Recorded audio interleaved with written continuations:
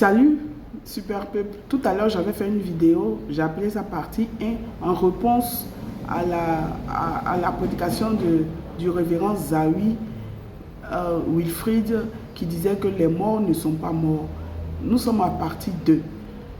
Je voudrais, pour un rappel, vous faire écouter encore ce message. Une autre partie, une autre intervention.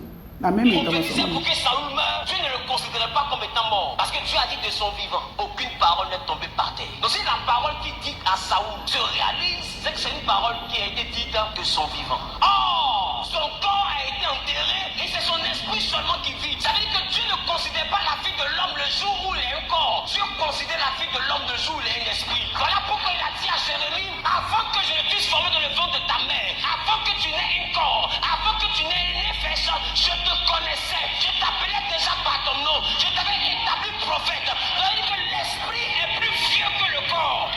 La clé du monde. Voilà, vous avez écouté. Donc, comme je disais tout à l'heure, comment dirais-je, Dieu, Père Yahweh, considère l'homme vivant. Oui, il considère l'homme vivant tellement que il dit que ce ne sont pas les morts qui vont le glorifier, mais plutôt les vivants. Vous comprenez? Il dit que ce ne sont pas les morts qui vont le glorifier, mais plutôt les vivants. Il a dit dans Psaume chapitre 15, verset 17. Vous comprenez? Et il a parlé aussi dans Psaume chapitre 6, verset 5. Donc, il ne sous-estime pas les morts, les vivants. Au contraire, il les considère plus que tout. Vous avez compris. Donc, je disais que lorsqu'il a parlé de Jérémie, c'est tout à fait normal qu'il sache, qu'il dise à Jérémie, avant que tu ne sois conçu, dans le ventre de ta mère, je te connaissais. Avant que tu ne naisses, je t'avais déjà établi prophète. Jérémie chapitre 1, verset 5. C'est tout à fait normal. Père nous connaît tous. Il sait qui va naître, qui ne va pas naître, qui va mourir, qui va vivre. Il sait tout. Il le sait. Il dit, je sais la fin avant le commencement. Pour dire que je sais tellement tout parce qu'il est Dieu. Il est Dieu, il est Yahweh, il est celui-là qui nous a créés, il est notre Père, il est tout. Donc il sait tout, il voit tout, il entend tout. Donc c'est tout à fait logique qu'il sache déjà. Parmi les 6000 spermatozoïdes qui sont injectés, lorsque il y a rapport, Père sait que tu vas naître. Il t'a choisi parmi un seul spermatozoïde parmi les 6000. Donc il le sait, il n'a pas besoin que tu naisses d'abord. Ça n'a rien à voir avec l'esprit qui soit vieux ou non. Pas du tout. D'accord?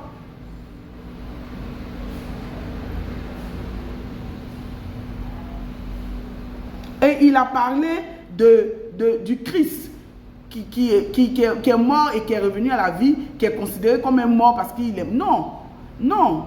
Lorsque, même si vous mourrez, que vous êtes revenu à la vie, on ne peut plus vous afficher l'identité d'un mort. Vous êtes vivant, terminé, période.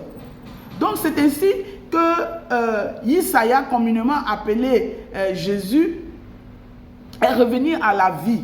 Pourquoi? Parce qu'il a vaincu la mort. Si la mort était tant important, pourquoi est-ce que notre Seigneur et Sauveur a vaincu la mort? Pourquoi? Pourquoi est-ce que, comment dirais-je, la Bible dit dans 1 Corinthiens chapitre 15, verset 55, que mort, où est ta victoire? Où est ton aiguillon? Pourquoi? Parce que le Christ a vaincu la mort. Donc ça veut dire que la mort n'est pas important. C'est la vie qui est importante. Parce que Père nous a créés pour vivre. Il ne nous a pas créés pour mourir. Donc ce n'est pas possible que la vie spirituelle tourne autour de la mort. Ce n'est pas possible. Non. Puisque la spiritualité prend effet avant le physique.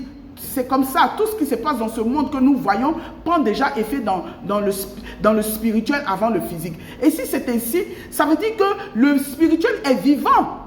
Le spirituel est vivant. Sinon, si le spirituel n'était pas vivant, le spirituel n'allait pas se matérialiser dans la vie active de l'homme. Vous comprenez? Donc ce n'est pas juste qu'on dise que la vie, que le révérend dise que la vie, comment dirais-je, de spiritualité, la spiritualité du moins, excusez-moi, la spiritualité tourne autour de choses, comment dirais-je, de la mort. Ce n'est pas possible. La spiritualité ne peut pas tourner autour de la mort. Parce que le spirituel même est vivant. Il est vivant. Sinon, il ne peut pas prendre effet dans la vie active. Ce n'est pas possible. Le Christ a vaincu la mort. Donc, s'il a vaincu la mort, ça veut dire que la mort n'est pas justement important. D'accord? La mort n'est pas important.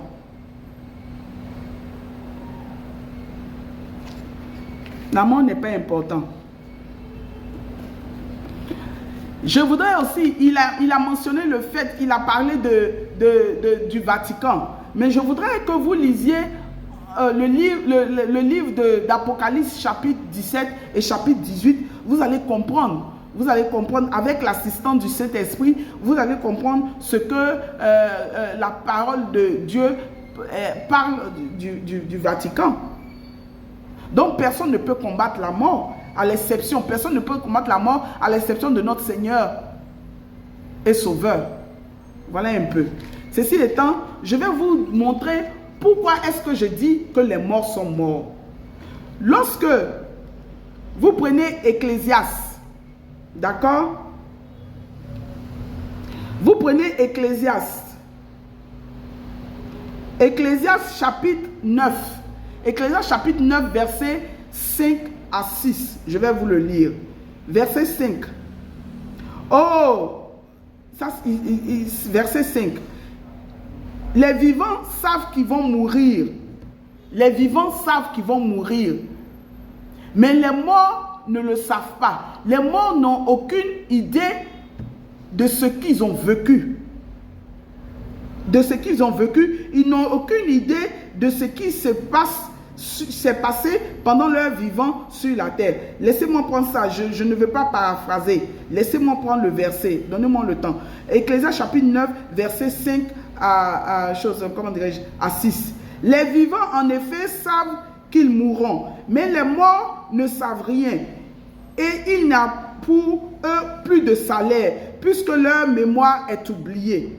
Et leur amour, et leur haine, et leur envie sont péris.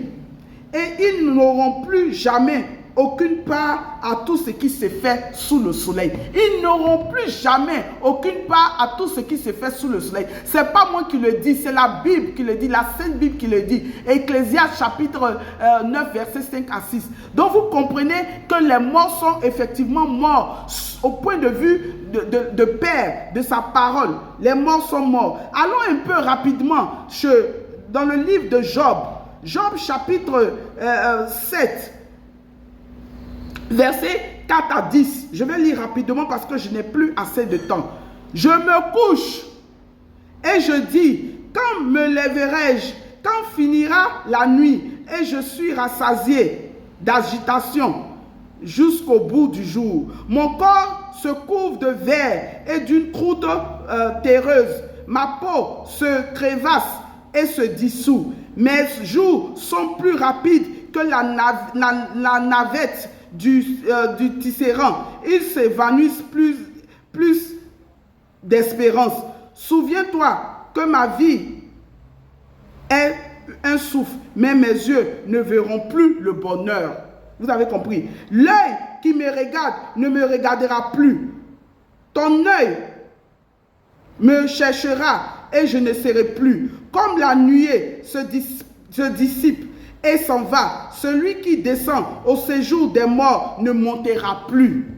Père, ta parole est vérité, sanctifie-nous par cette vérité. Je vais m'arrêter là et laisser qui que soit chacun de nous de juger et de voir la vérité. Parce que n'oubliez pas que Satan a un esprit de familiarité. En fait, ce qui se passe, c'est Satan a un esprit de familiarité. Donc, il agit quand on meurt, il se promène. Demandez, il y a plein de témoignages avec les anciens sorciers qui disent que pendant la nuit, ils se promènent au cimetière et puis ils vont sur les tombes des gens qui n'ont pas connu le Christ, dont l'âme est faible. Et puis, ils s'approprient leur vie parce qu'ils savent déjà la vie de ces derniers-là. Vous comprenez? Satan a ouvert un livre, comme Père a ouvert un livre, et il enregistre tout ce que nous faisons, nous disons. Donc c'est comme ça qu'il retient, et puis maintenant il vient, et puis il entretient des esprits de familiarité. Faites attention.